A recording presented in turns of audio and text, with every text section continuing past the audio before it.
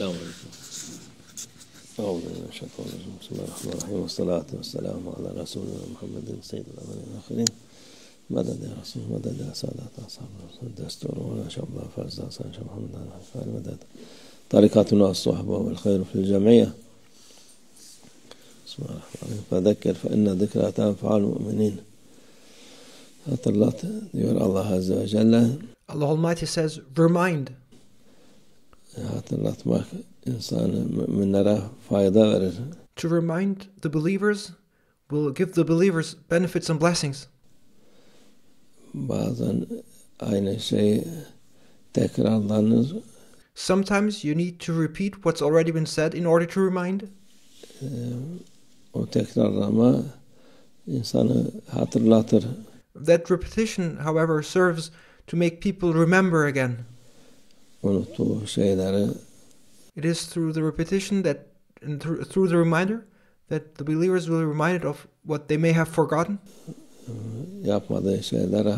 Or they may remember the things they omit and do not do.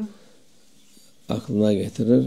Onun için. And it is through these reminders that it is brought back to people's attention and into their minds what they should know and remember.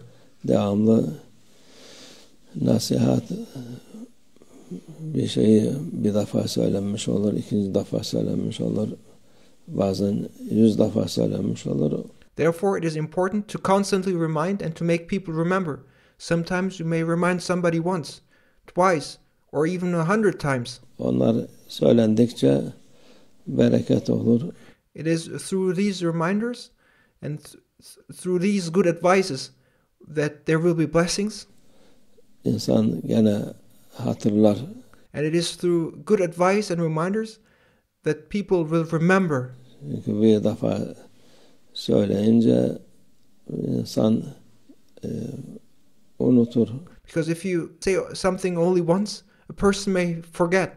İnsanın hali insan demek unutmaktan gelmiş. It is in a human being's nature to forget, and the Arabic word of a human being means the one who forgets.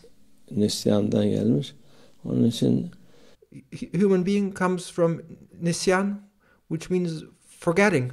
Devamlı hatırlatmak lazım. Devamlı şey yapmak lazım. Aynı şeyi. Therefore, humans are in need of being reminded constantly. Yapmak kötü bir şey değil. İyi bir şeydir. And it is not a bad thing to remind, and to do the same thing is not a bad thing. It's a good thing. Onun için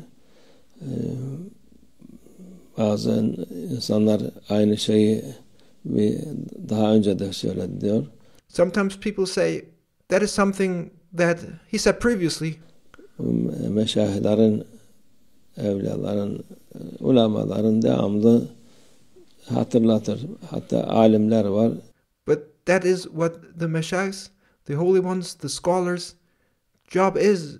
It is their duty is to remind people and to repeat. Bir kıssalar olur ya şeyler olur anlatılmış.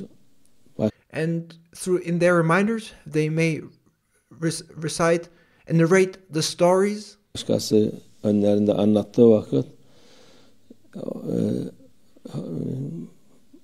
bir itiraz etmezler. Ben bunu biliyorum diye dinlerler. But the true scholars and the sheikhs and holy ones, they do not protest or reject when these narrations are recited, or when the truths are repeated and reminded. They do not object, but they listen. Dinleyince fayda olur. And when you listen, there will be benefit. Sevap olur. You will be obtaining the rewards. O meclis zaten Allah rızası için olan bir meclistir. Because these assemblies of good advice are assemblies for the sake of Allah Almighty. Bir şeyi daha önce de bilmişse, şey yapmışsa gene dikkatle dinleyince. Even if you already knew something or heard something, you need to listen carefully. O sevabına nail olur. Because if you listen carefully, then you will be obtaining the rewards. Allah'ın Azze ve Celle'nin rızasına nail olmuş olur. And the rewards we're looking for is to obtain Allah Almighty's satisfaction with us. Allah hepimize bu dinlemek de büyük sevaptır meclislerde. It is a great reward. There's great reward in attending these kinds of assemblies and in listening. O hatırlamak da büyük sevaptır. And there is great reward in reminding and remembering. Yani hem Kur'an'ı hem hadis hem ne gibi lazım olan yapılacak şeyler hatırlamak çok güzel olur inşallah. It is very beautiful, these kinds of assemblies where the Holy Quran is recited, where the words of our beloved Prophet, peace and blessings be upon him, are narrated, or where all the useful things that need to be done are mentioned. To attend and to listen is very beautiful. Allah daim olsun. May these assemblies be everlasting. Meclisler böyle güzel meclisler daim olsun. May these beautiful assemblies be perpetual. İlim meclisleri bunlar. These assemblies are the assemblies of knowledge. Bunları ilim meclisine dinleyen, işiten Allah Azze ve Celle'nin sevgili kulu olur. Those who listen carefully in these assemblies of knowledge will become servants beloved by Allah Almighty. Onlara Allah Azze ve Celle meleklerin kanatları yere serer, onları üstünde yürür.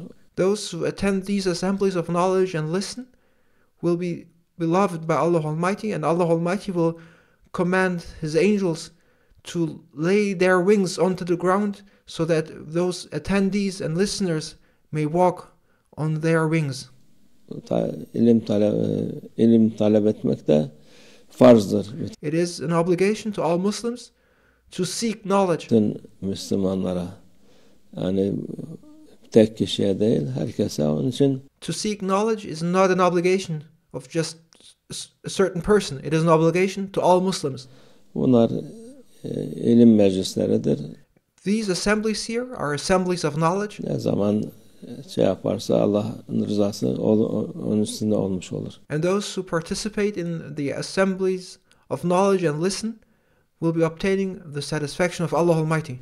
Allah meclislerden mahrum etmesin inşallah. May Allah Almighty protect us, and may Allah Almighty not deprive us of these meetings and assemblies of knowledge. Allah, amin. Allah tevfik. El Fatiha.